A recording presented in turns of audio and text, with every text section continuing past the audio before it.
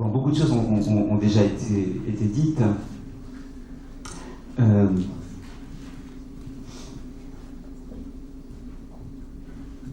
Sans être trop long, avant de poser une série de questions à Alain Platel, questions auxquelles vous êtes invité à participer quand vous voulez, sans autre formalité. En 1992, un événement, un chantier de travail, un laboratoire avait réuni à Paris plusieurs artistes, dont Alain Platel et les Ballets de l'Abbé, Meg Stuart, Vera Montero, une chorégraphe portugaise, Caterina Sagna, chorégraphe italienne, chorégraphe croate, Toulouse Beck, etc. Et à cette occasion, un critique et dramaturge portugais, André Lepecki, avait cru déceler là ce qu'il avait appelé la naissance d'un buto européen. La naissance d'un buto européen, donc en référence à la danse buto japonaise. La formule pouvait sembler étrange parce que la danse buto est quelque chose d'extrêmement précis, référencé dans l'image que l'on a, et ça appartient vraiment au contexte japonais, même si le buto a trouvé une diffusion, une reconnaissance internationale. En tout cas, ce qui se passait là entre Platel, Meg Stuart, Vera Montero n'était pas du tout dans les formes du buto. Mais je crois que ce que voulait dire en de gestes qui ne soient pas prédéterminés, qui n'appartiennent pas déjà à une culture, à un modèle de référence. Alors je vais me permettre de commencer par une petite citation que j'aime beaucoup de Tatsumi Hijikata, qui a été le fondateur du buto, et qui, dans un texte, a cette formule. Il dit « C'est un enfant sale qui aura la révélation du buto, car il sait comment trouver de beaux gestes. » Pour compléter un petit peu ce qui a été dit jusqu'à présent, il me semble qu'une des vertus principales d'Alain Platel, ça a été de salir le théâtre et la danse au début des années 80. De le salir le théâtre et la danse, pas à la manière d'un provocateur, pas à la manière d'une souillure, mais de salir en introduisant, je dirais, de la gaucherie, de la maladresse de formation à recevoir un prix à Taormina. Et peut-être la première question qu'on pourrait poser à Alain Platel, c'est comment est-ce qu'on décide de venir au théâtre, à la danse. J'ai lu il y a quelques années que tu es venu au théâtre parce que le théâtre te fatiguait, parce que ce que tu avais vu au théâtre t'ennuyait. Et ça, je trouve ça très étonnant, parce que parfois quand on travaille dans les théâtres et qu'on essaie de faire venir des spectacles que je trouvais extrêmement ennuyants, mais qui est surtout la fin, comment les gens saluaient, c'était très bien construit, parce que je voyais que la plupart des gens dans la salle s'ennuyaient avec moi, mais comment les salutations étaient construites, à la fin tout le monde était debout, donc il y avait une ovation. Après j'ai rencontré un instituteur qui m'a toujours enthousiasmé pour l'art, enfin, et avec qui j'ai eu une discussion et qui disait qu'il a adoré ce spectacle et comment je le voyais, etc. Moi je dis bon, je m'ennuyais, en plus je trouvais que c'était la peinture de Warhol, où tu vois tous les cannes de soupe, c'est la même chose, tu vois. Et donc lui il a dit, parce qu'il a commencé à se fâcher, il a dit si tu peux faire mieux, fais-le et je viens voir. Et c'était vraiment quelque chose qui m'a stimulé de faire quelque chose. Donc à ce moment-là, j'étais en train de m'amuser avec ma soeur et des amis comme ça, à faire des petites choses, parce qu'à Gand, il y avait à ce moment-là une ambiance qui provoquait justement des gens de faire du théâtre, mais dans des endroits un peu inofficielle, je dirais. Et donc là, on se rencontrait. D'abord, c'était surtout des rencontres pour être ensemble et pour boire et pour fumer des cigarettes. Et puis, seulement des cigarettes. À ce temps-là, c'était juste des cigarettes. Et puis, on a décidé de faire quelque chose. C'était chez moi. Et cet instituteur, il est venu. Et depuis, il vient encore toujours. Je crois que j'ai absolument, oui, il le sait déjà.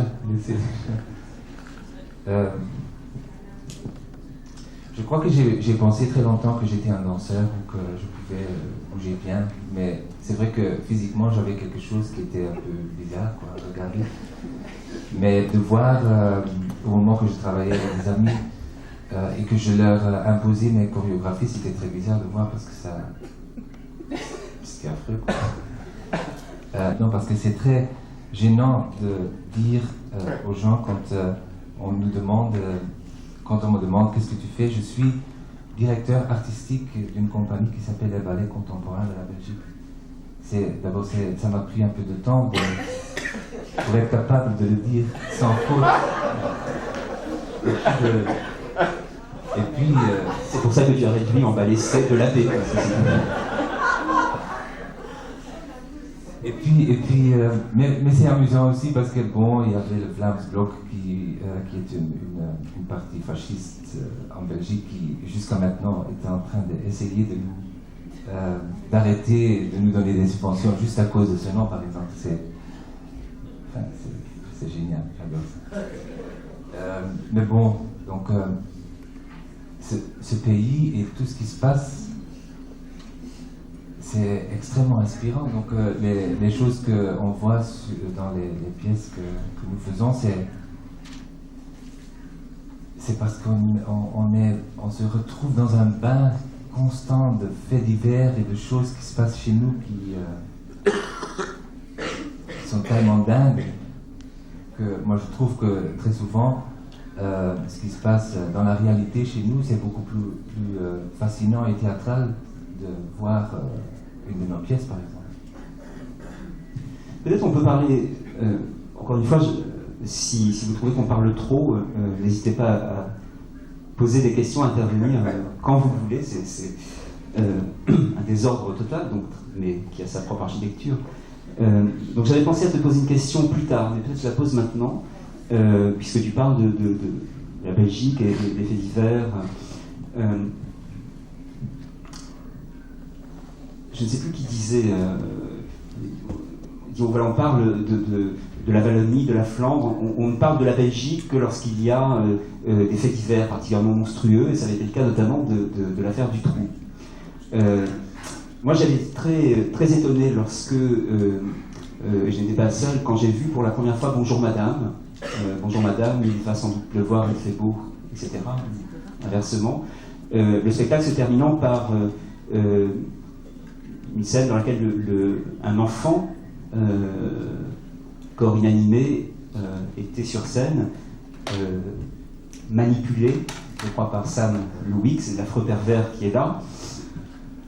Et lorsque j'ai vu le spectacle à Amsterdam la première fois, un spectateur s'est levé tout à fait à la fin du spectacle, a jeté son programme sur le plateau et a hurlé quelque chose. Ah non, là c'est trop, et est parti. Et moi je croyais naïvement que vous l'aviez prévu, ça, que ça faisait partie du spectacle. Et je m'étais dit non, là quand même il souligne un peu, de façon un peu trop évidente, mais non, c'était un vrai spectateur qui avait vraiment réagi de cette manière-là. Ce travail avec l'enfance, la présence de l'enfance dans tes spectacles, ça vient que tu dises peut-être à quel moment ça a commencé, je crois que c'est une proposition qu'on t'a travaillé qui t'a aussi valu quelques ennuis, puisque je crois qu'il y a eu en Angleterre, je crois, une plainte d'une spectatrice qui, et en France également, au moment où des affaires de pédophilie, alors certains spectateurs se sont émus de voir des enfants dans les spectacles d'Alain Platel et se sont demandé parce que précisément il y a un tel désastre social, économique en Belgique que toucher à l'enfance dans ce contexte-là? C'est touché? Oui, c'est... L'enfant. D'abord, j'ai commencé à travailler avec des enfants de nouveau parce que je croyais que je pouvais faire quelque chose d'unique sur scène avec des enfants. C'était une prétention énorme qui m'a fait faire un travail que, quand je le vois maintenant, je ne l'aime plus juste par ce fait-là. C'est-à-dire que j'avais demandé à un enfant d'être sur le plateau, mais comme c'était après, quand je le revoyais, c'était comme un objet. Donc, j'utilisais cet enfant pour avoir un certain effet dans la salle. Mais l'enfant avait un rôle ennuyant, en fait. Mais quand on était en train de tourner, il s'amusait bien avec les danseurs et il s'est chauffé avec eux. Et c'était un enfant, à ce moment-là, il avait 7 ans. Et donc, quand la production était finie, il m'a demandé s'il pouvait continuer à travailler avec nous. Et depuis, il est resté parce qu'il est dans Itzobach, maintenant il a 18 ans. Deux de ces enfants de cette période-là sont encore toujours dans le spectacle. Et c'est par eux que j'ai découvert petit à petit qu'on pouvait installer ou chercher des images qui justement poser des questions sur ce rapport entre adultes et enfants. Ce qui est très bizarre, c'est que j'ai constaté que les enfants sur scène, pour beaucoup de gens, c'est un symbole d'espoir. Pour moi, c'est l'image le plus ultime d'une certaine tristesse.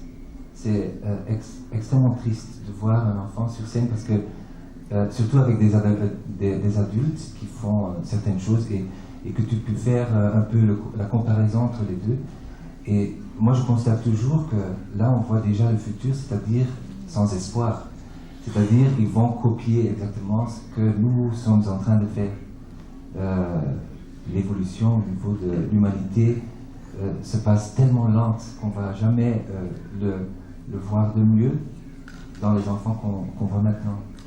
Et j'ai utilisé un petit extrait d'un opéra de Handel et que j'ai demandé aux danseurs de travailler avec cette musique.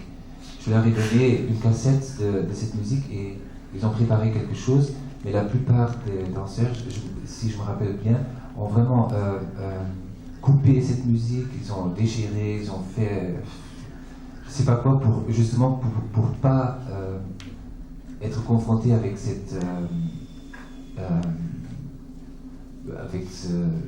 ces sentiments de cette musique baroque à ce moment-là. Mais en travaillant avec eux, j'ai découvert qu'en fait, c'était pas impossible de faire des choses même très extrêmes sur une musique très légère. Et c'est là que ça a commencé à m'intéresser, d'utiliser cette musique baroque et de l'approfondir, vraiment de confronter les danseurs de plus en plus avec cette musique. Après, Madame, on a décidé de faire la tristesse à complicer. Et là, c'était la première fois que j'ai vraiment utilisé la musique baroque pendant toute la pièce. Sauf, et je crois que pour moi, le travail ultime sur cette musique, c'était Itzobach, où j'ai laissé la musique de Bach vraiment comment elle est. Ce qui m'intéresse le plus, c'était justement d'utiliser cette musique pas en étant un musicien ou quelqu'un qui connaît la musique très bien. Pour les gens de la musique, les directeurs musicaux avec qui j'ai travaillé pour les différentes pièces, pour eux c'était très intéressant justement de travailler avec quelqu'un qui ne connaissait pas rien, assez émotionnel. Et pour moi, la musique baroque, c'est justement la musique qui parle très fort des émotions, mais d'une manière très poétique, d'une manière que j'aime bien. Et justement de chercher le contraste ou justement un mariage très bizarre entre cette musique et le genre d'image qu'on aime chercher. C'était une période maintenant de 6-7 ans qui m'a nourri très fort. Maintenant, ça s'est arrêté. Et si je peux ajouter quelque chose aussi sur Bach, je crois, dans le spectacle Bernadette, avec ce décor d'auto-tamponneuse, où environ à la moitié du spectacle, il ne se passe rien. Simplement une des autotamponneuses qui tourne en rond comme ça avec la musique de Bach. Et c'est vrai que quand Alain Platel a annoncé qu'il allait faire un spectacle avec la musique de Bach, je crois que tout le monde était un petit peu, parmi ceux qui le connaissent, même était un petit peu surpris. On imagine bien chorégraphe néoclassique, Neumayer, travaillant sur Bach, c'est dans la logique des choses. Platel sur Bach, on pouvait penser que ce serait une provocation. Et en fait, c'est pas... De savoir comment ils sentent, par exemple, cette musique de Bach depuis, parce que j'en ai parlé beaucoup, je n'arrive pas à exprimer. C'est vraiment... c'est très bizarre. Par exemple, une petite anecdote avant de passer cette question, ce sont des amateurs, et au moment que je leur demandais d'essayer d'expliquer ce que la musique en général et la musique baroque, parce que très souvent ils étaient liés à la musique baroque, beaucoup de Bach spécifiquement, pourquoi c'était un millier, pourquoi ça leur faisait un tel effet. Mais I would like to know, we have been working with the Bach music for such a long time. If you think about it, or if you hear this music, can you explain what kind of For a while I used a lot of country, a lot of country, western, rock, blues, to find my way. So I sort of linked it. And it took quite a long time, let's say 4 months at least, I think, before I could rediscover the Bach music, before I could put the link between the world I was living in at that time, which was exactly the kind of music that I named. And then at a point it sort of comes together, so you make a synthesis of things. And then you see that Bach is not that dead. But it does take a time. It took a while for me. Where now I'm very thrilled whenever I hear the music. Not only in a piece, but you go to a restaurant, you save for 3 months to go to an expensive restaurant where they play Bach, and then you... Yeah, or the badinerie, for example. And you're reminded of it all the time, But it's nice now. Now it's really a very actual thing, basically. And now I also can understand why Bach probably is one of the greatest, if not the greatest. My knowledge is a bit too small to say the greatest. In say Baroque music. So now it's okay. And it is so quiet and so lyrical, and somehow I was yes, but later somebody explained me a bit. For me, it's really linked to life and death, or so somehow, and I can like that.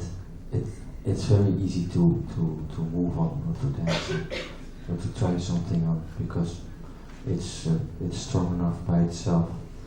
And I'm really a lot of times now we play a piece for whatever 150 times, and it's really a gift for me that there's live musicians every time, every moment, and that they play it live. And this is for me personal. It's very special that they are just people like us, and they relive, they reconstruct that music, and they make it, and that for me is something extra that I found, because when people say like, oh, live music, it's so much better, I'm like, they play and other people dance. I don't see the combination at all. And for a lot of people, I really think it's a lot of bullshit. Live music doesn't guarantee a thing. But if it does in a very small way, then if you come over that edge or so, then it's really, you walk into a room with the Bach people, for example, with 30 people, and then it's really there. And when it's not there, it's not there anymore. you know, except it can be videotaped and music taped. But that makes it nice, and it's just so special that they can sing so beautiful, and their art and skill and what they can put in personally. It's, I discovered a lot by different musicians playing, and you hear different intonations and different souls and personalities behind the musicians. So yeah, that was nice. And now I hear when it's played. So if I hear it in a restaurant or if I hear it on the, it's like, ooh, it can be so much, and, you know. But then you hear a big London orchestra and they play, or German orchestra. It's yeah, you could yeah, too much knowledge kills. Sorry, spoiled. Je crois que c'est très important que cette musique, elle soit effectivement interprétée sur scène, que ça ne soit pas juste un enregistrement, parce que sinon ça serait effectivement simplement un fond culturel. Et le fait de la rendre présente sur scène, c'est aussi